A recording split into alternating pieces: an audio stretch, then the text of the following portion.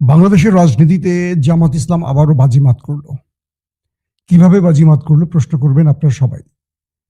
আমরা দেখলাম যে বিএনপি জোটে থাকা এলডিপির কর্নেল অলি আহমেদ চলে এলেন জামাতে, এবং বিগত কয়েক মাস ধরে সবচেয়ে বেশি আলোচনা চলছিল এনসিপি যাচ্ছে কোথায়, এবং সেই সময় আমরা শুনেছিলাম যে এনসিপি যাচ্ছে বিএনপিতে, এবং এনসিপির শীর্ষ নেতাদের সাথে আমার যতবার কথা হয়েছে তারাও বলছেন যে তারা বিএনপিতে যেতে পারে।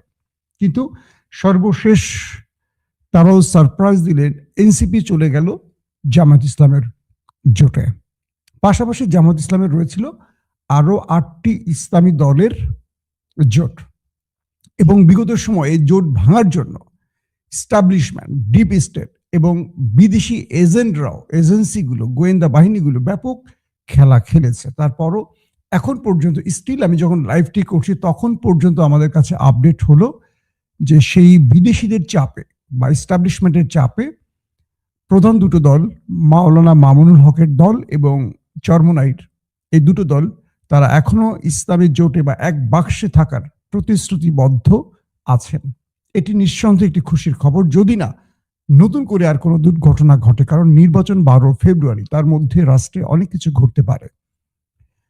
প্রিয় দর্শক, জামাত ইসলামের সম্ভাব্য কিছু আসন বন্টনের কিছু তালিকা পাঠানো হয়েছিল, যেটা এখনো কনফার্ম না, কারণ কিছুক্ষণ আগে জামাতের আমির তিনি জানিয়েছেন যে তাদের আসন বন্টনের বিষয়টি চূড়ান্ত, সামান্য কিছু জায়গায় পরিবর্তন আছে, যেটা তারা কনফার্ম করে তারা জানাবেন। আমি একটু জানিয়ে রাখি যে আসন বন্টনটা প্রাথমিকভাবে আমাদেরকে দেওয়া হয়েছে সেই হিসেবটা। 300 আসনের মধ্যে বাংলাদেশ জামায়াত ইসলামী তারা তাদের পক্ষে রাখছেন 190টি আসন। 190 থেকে 200টি বলা হচ্ছে, তো তারা সর্বোচ্চ হয়তো আরো 10টি ছাড় দিয়ে 190তে তারা থাকবেন। জামাত ইসলামী, ইসলামী আন্দোলন বাংলাদেশ, তাদের থাকবে 35টি, যদিও তারা 100-র অধিক আসন চেয়েছিলেন। এখন পর্যন্ত জামাত তাদেরকে 35টি আসন ছাড় দিতে রাজি হয়েছে। 3 নম্বরে রয়েছে ন্যাশনাল কংগ্রেস পার্টি, যেটাকে বলি এনসিপি। এটা কি এনসিপি, ন্যাশনাল কংগ্রেস পার্টি? আচ্ছা, ন্যাশনাল কংগ্রেস পার্টি তাদেরকে, অর্থাৎ আমাদের এনসিপি কে, এটা কংগ্রেস পার্টি, এনসিপি কে দেয়া হচ্ছে 330 আসন। অর্থাৎ জামাত ইসলাম প্রধানত ইসলামী আন্দোলন বাংলাদেশকে 35, এনসিপি কে 30টি আসন দিতে রাজি হয়েছে, এমনটি শোনা গেছে। খেলাফতে মজলিস তাদের দেয়া হচ্ছে মেবি 15টি আসন। বাংলাদেশ খেলাফত মজলিস তাদের দেয়া হচ্ছে আরেকটি অংশ, খেলাফত মজলিস, একটি হলো খেলাফত মজলিস আর একটা হলো বাংলাদেশ খেলাফত মজলিস, তাদের দেয়া হচ্ছে 10টি আসন। বাংলাদেশ খেলাফত আন্দোলন তাদের দেয়া হচ্ছে 4টি আসন। এবি পার্টি, মুজিবুর রহমান মঞ্জু এবং ব্যারিস্টার ফুয়াদ ভাই যে দলটি এবি পার্টি, সেই এবি পার্টিকে দেয়া হচ্ছে 3টি আসন। Liberal Democratic party LDP, colonel অলি আহমেদের যে দলটি, তাদেরকে দেয়া হচ্ছে 3টি।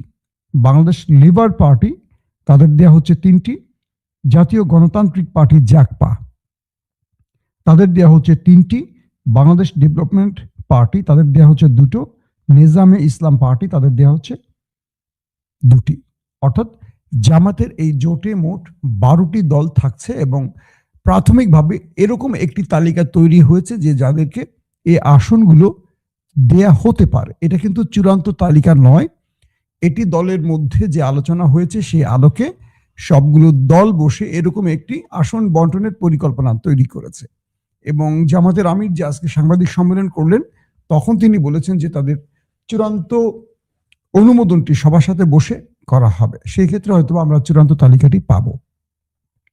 সবচেয়ে বড় ইন্টারেস্টিং যে জায়গাটি হলো, জামাত ইসলাম 300 আসনের মধ্যে 190 অথবা 200 আসন তাদের পক্ষে রাখবে, অথবা আরো কিছু ছাড় দেবে কিনা সেটা হয়তো পরবর্তী জানা যাবে। দুঃখজনক হলেও আমরা চেয়েছিলাম এনসিপি বা এলডিপি সহ বা এবি পার্টিগুলো যেন বিএনপি জোটে আসে। সেজন্য আমরা নেপথ্যে অনেকবার কথাও বলেছিলাম, এনসিপির সাথে কথা হয়েছে, এবি পার্টির মুজিবুর রহমান মঞ্জু ভাইয়ের সাথেও কথা হয়েছে, কিন্তু বিএনপির এখানে একটু কৃপণতা বাকি জোটগুলোকে হার্ট করেছে, কারণ বিএনপি আসলে দিতে চায় কম। এই বিষয়ে জামাতের এক শীর্ষ নেতা একসময় বলেছিল যে আমরা বিএনপি জোটের থেকে দীর্ঘ সময় আন্দোলন সংগ্রাম করেছি, আমাদের শীর্ষ নেতারা ফাঁসির কাস্টে ঝুলেছেন, আমাদের হাজার হাজার নেতাকর্মী হত্যা হয়েছেন ক্রস ফায়ার, গুম, খুনে। এবং ঢাকার রাজপথে যখন বিএনপি ব্যর্থ হয়েছে আন্দোলন করতে, আমরা তখন সেই বিএনপির আন্দোলনকে বাস্তবায়ন করেছি। ইভেন তিনি আরো বলেছেন জামাত নেতা যে যখন বেগম খালেদা জিয়ার বাড়ি ঘেরাও করে বালুর ট্রাক দিয়ে আটকে রাখা হয়, তখন সারা ঢাকাতে বিএনপির একটা কর্মীকেও মাঠে দেখা যায়নি।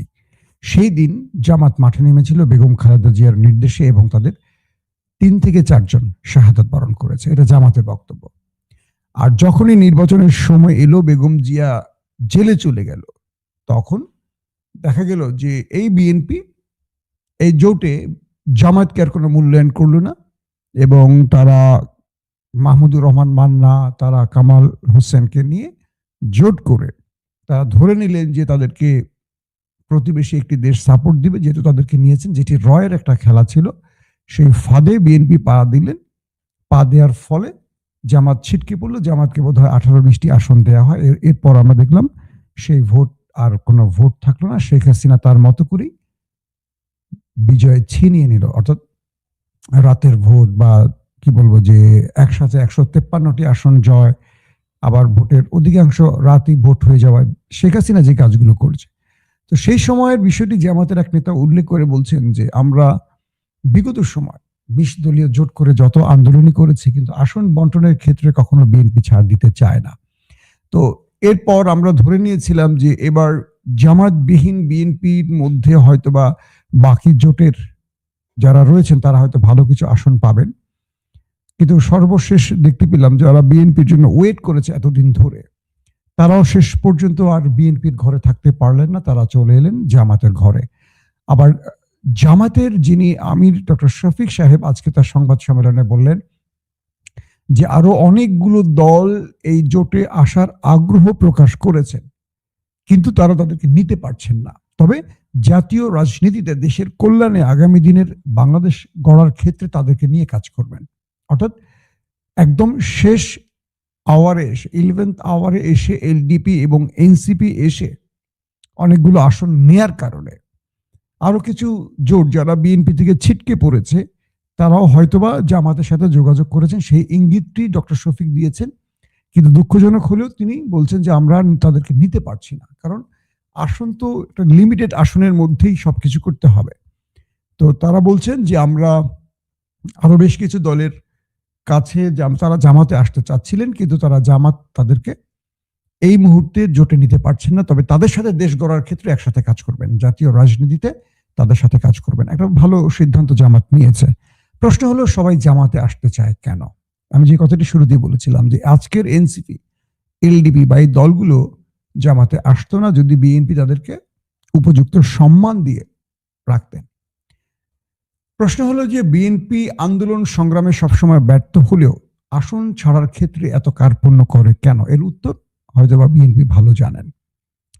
আমি এর চেয়ে বেশি কিছু বলতে চাই না। দ্বিতীয় যে বিষয়টি হলো, জামাত তার জোটটাকে তৈরি করেছে কোন আদলে? ভালো করে খেয়াল করেন। আগামী দিনে নির্বাচনের জন্য জামাত যে ন্যারেটিভ তৈরি করবে, সেই ন্যারেটিভের জন্য জামাত দুর্দান্ত কিছু কাজ করেছে। এই দুর্দান্ত কথাগুলো বললে বিএনপি লোকগুলো কষ্ট পান।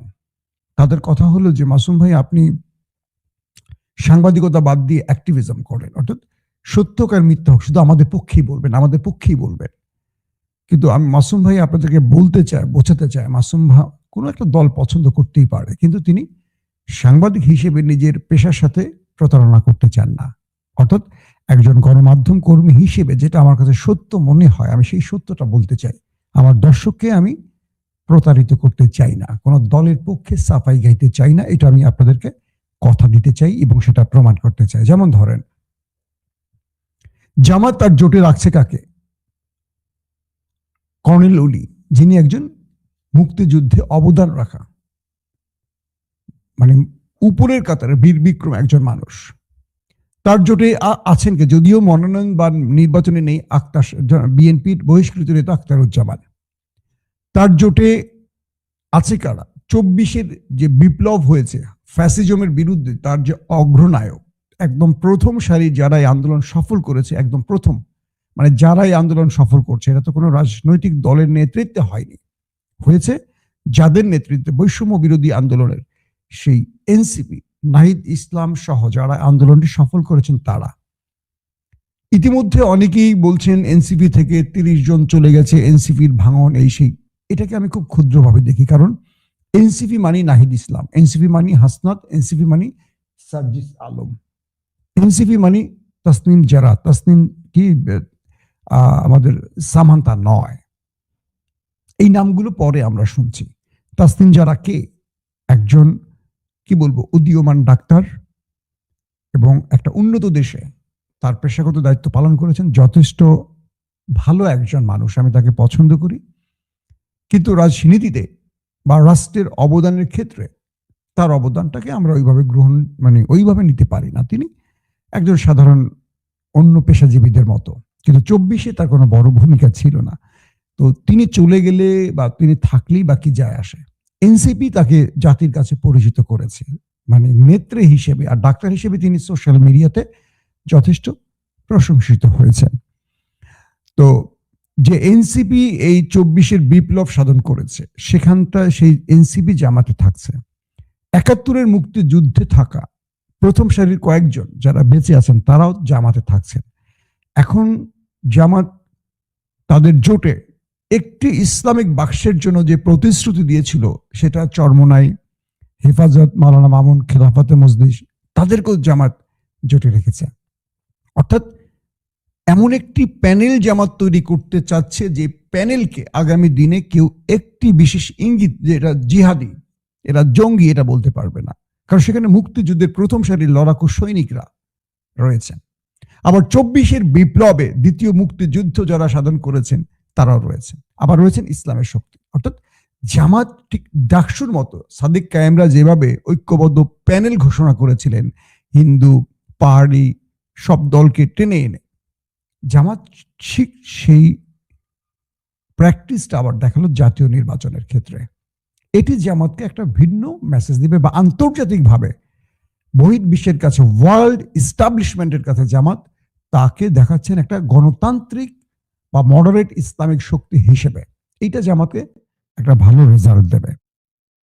তাহলে বিএনপির বিরুদ্ধে বাজিমাতটা কেন বললাম? বিএনপি শেষ পর্যন্ত তাদেরকে নিয়েই থাকছেন জোটে, আরো কেউ কেউ হয়তো বেরিয়ে যাবে, যাদের নিজের পরিবারের বাইরে হয়তো 10টা ভোটও নেই। মাহমুদুর রহমান মান্না একজন ভোট খাওয়া ডাকসাইটের নেতা, কিন্তু তার ভোট নেই। আন্দালিব রহমান পার্থ, তিনি একটি দলের একক নেতা, আমার সাথে তার খুব ব্যক্তিগত ভালো রিলেশন আছে। তিনি একজন উন্নত, কি বলবো, যে মানসিকতার লোক, উন্নত, মানে তার চিন্তা চেতনা জাতীয় রাজনীতিতে তার বক্তব্য ভূমিকা রাখছে, এই দেশের জন্য অনেক বড় বড় ক্ষেত্রে তার বক্তব্য অনেক বড় ভূমিকা রেখেছে। কিন্তু ব্যক্তিগতভাবে তার ভোটার কি আসলে খুব বেশি আছে? তাকে আমরা টকশোতে খুঁজে পেয়েছি, কিন্তু জাতীয় রাজনীতিতে তিনি কি খুব বড় ভূমিকা রেখেছেন, তার বাবার যথেষ্ট প্রশংসা আছে। তো আন্দালিব রহমান পার্থ কি নিজের ভোটে এমপি হতে পারবেন? পার্থ ভাই, আমার ভিডিওটি দেখলে মনে কষ্ট নেবেন না, সত্যটা বলছি। হ্যাঁ, ভোলাতে তার একটা ভোট ব্যাংক আছে, কিন্তু বিএনপিকে বিট দিয়ে জেতার মতো ভোট ব্যাংক তার নেই। যদি ভোলা 1 আসনে আন্দালিব রহমান পার্থ দাঁড়ান আর বিএনপি দাঁড়ায়, নিঃসন্দেহে সেখানে বিএনপি জিতবে, কারণ ভোলা 1টা হলো বিএনপির ঘাঁটি। তো এই পার্থ ভাই আবার ভোলা 1-এর যিনি প্রার্থী বিএনপি, তার চেয়ে জনপ্রিয়, বা জনগণ তাকে চেনে, ইয়াং জেনারেশন তাকে চেনে। তো এখন বিষয়টা দাঁড়ালো যে বিএনপি তাদেরকে জোটে নিয়েছে, যাদেরকে, নুরুল হক নূরের কয়টা ভোট আছে এলাকায় খোঁজ নেন, কিন্তু বিএনপি তাকে জোটে নিয়েছে। এই নুরুকে নিয়ে সারা দেশ থেকে বিএনপিকে 10টা ভোট বেশি পাবে না, বরং এই আসনটা বিএনপি কোরবানি দিল নুরুর জন্য, এই আসনটা বিএনপির আসন। কিন্তু জামাত যাদেরকে নিল তার জোটে, জামাত বিএনপিকে ন্যারেটিভ তৈরি করতে দেবে না জামাতের বিরুদ্ধে, এইটা হলো তাদের রাজনীতি। তো শেষ পর্যন্ত দেখা গেল যে জোটটি জামাত করলো, ইসলামী জোট কিংবা সবাইকে নিয়ে, এটা তো আর ইসলামী জোট থাকবে না, এনসিপি বা এলডিপি বা সবাই থাকার কারণে এই জোটটি এখন বিএনপিকে একটা বড় রকম চমক দেখাবে এবং বিএনপিকে বড় চাপে ফেলবে।